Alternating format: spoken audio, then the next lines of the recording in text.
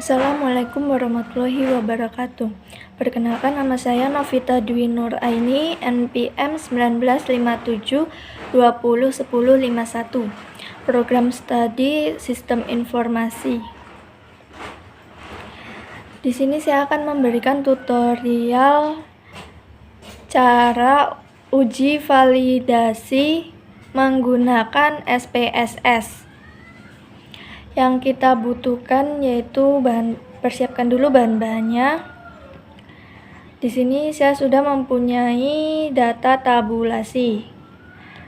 Lalu install aplikasi SPSS-nya dan catatan.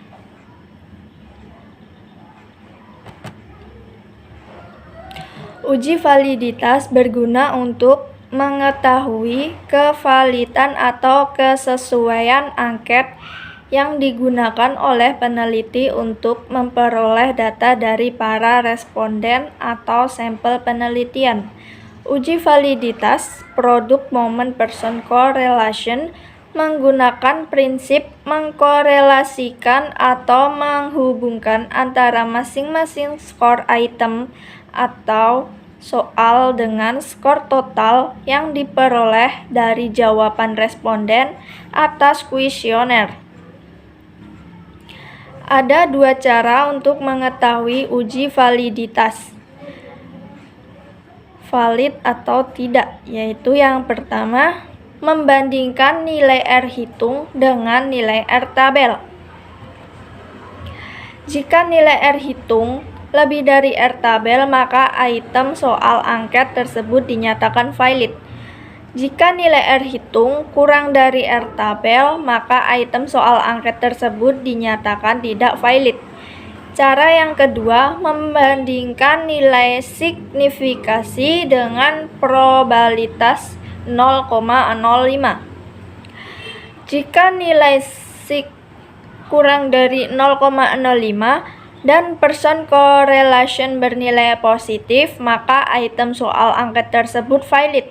Jika nilai sig kurang dari 0,05 dan person correlation bernilai negatif, maka item soal angket tersebut tidak valid.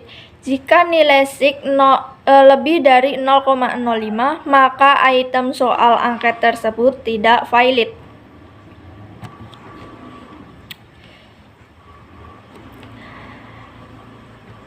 Pertama, kita masukkan nilai tabulasi ke aplikasi SPSS. Kita dapat mengcopy paste nilainya, angkanya saja, nomor responden sama banyaknya angket itu tidak perlu, jadi cuma nilai angkanya saja. Kita copy paste.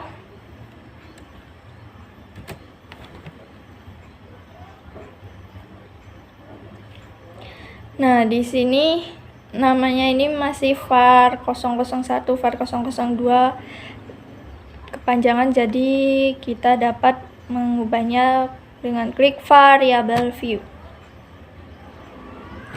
Nah, kita bisa ganti misalnya item 1, item 2, item 3,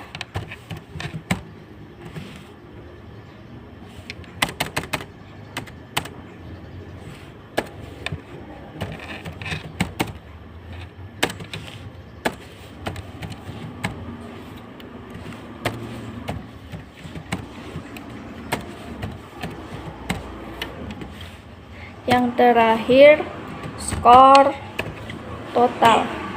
Jadi penamaannya tidak bisa menggunakan spasi, jadi kita menggunakan underscore. Desimal kita ganti 0.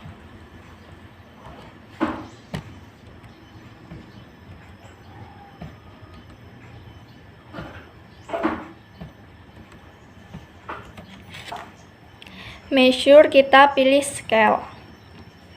Jika sudah, kita buka data view. Namanya sudah berubah. Dan angkanya tidak menggunakan desimal. 0 di belakang koma. Kita pilih menu analis, correlates, pilih beaverage. Kita Ctrl A, kita pindahkan semua item dan skor total ke variabel. Centang person to valid flag significant correlation. Kita klik OK.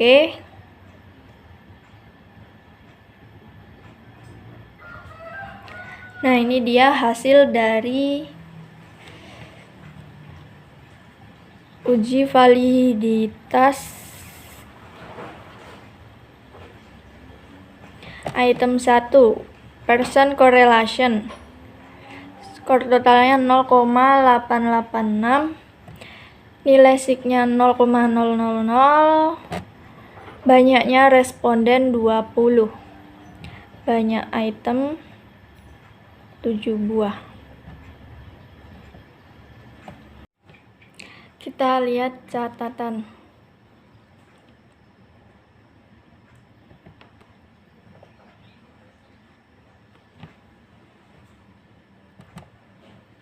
Untuk mengetahui uji validasi data tersebut valid atau tidak valid.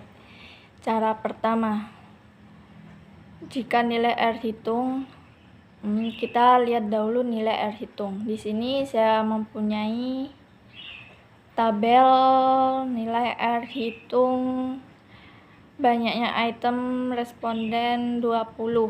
Jadi kita cari banyak item 20, yaitu R hitungnya R tabel. R tabelnya 0,444 dari signifikasi 5%. 0,444. Jika nilai R hitung lebih dari R tabel, maka item soal angket tersebut dinyatakan valid.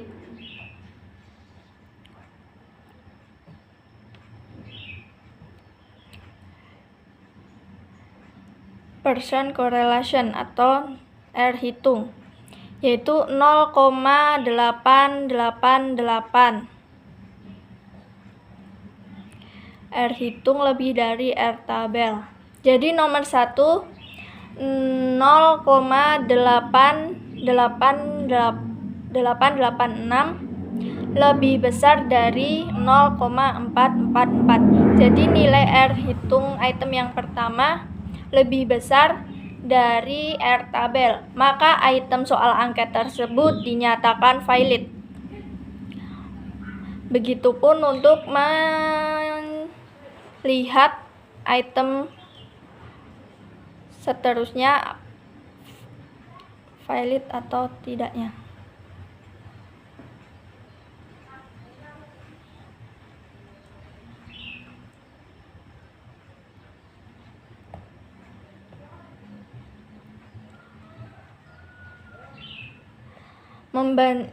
Cara yang kedua yaitu membandingkan nilai signifikasi dengan probabilitas 0,05 atau 5%.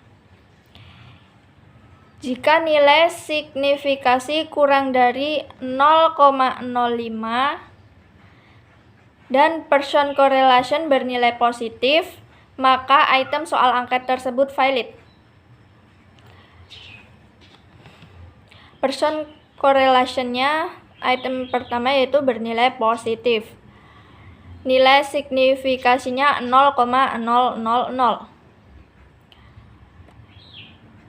Jadi item yang pertama nilai signifikasinya kurang dari 0,05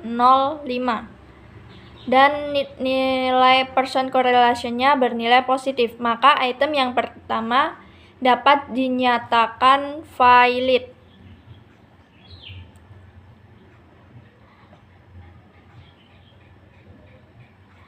Begitupun untuk melihat valid atau tidaknya item-item lainnya.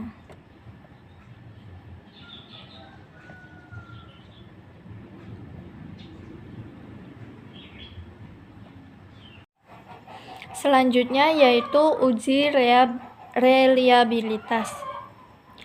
Kita klik menu Analyze, kita pilih Scale, kita pilih Reliability Analysis, kita klik. Kita pindahkan semua item kecuali skor total.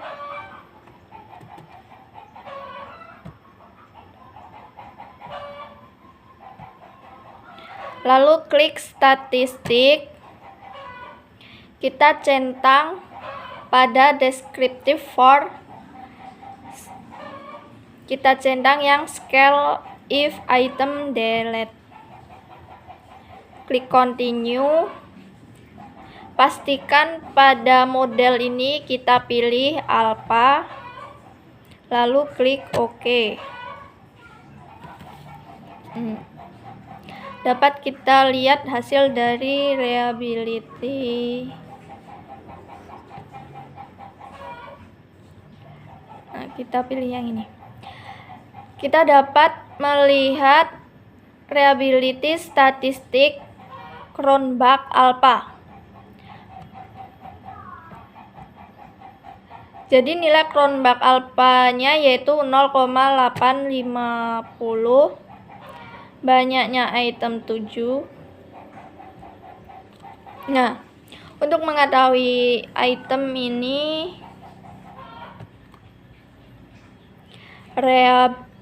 reliable atau tidak, yaitu dengan dasar pengambilan uji reliabilitas Cronbach Alpha menurut Wiratna Sujarweni tahun 2014. Kuesioner dikatakan reliable jika nilai Cronbach Alpha lebih dari 0,6. Kita lihat nilai Cronbach Alpha kita, yaitu lebih dari 0,6. Jadi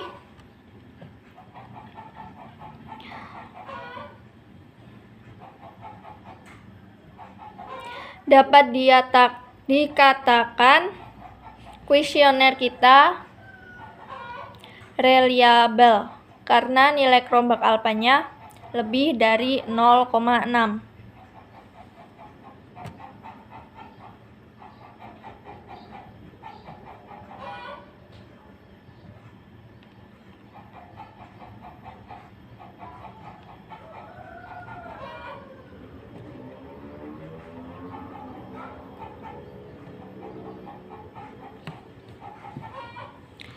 Mungkin cukup itu saja.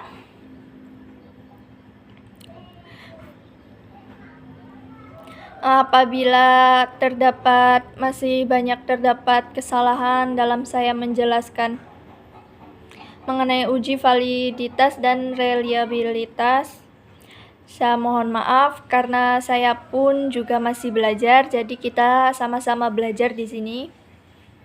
Semoga video ini dapat bermanfaat. Saya akhiri. Wassalamualaikum warahmatullahi wabarakatuh.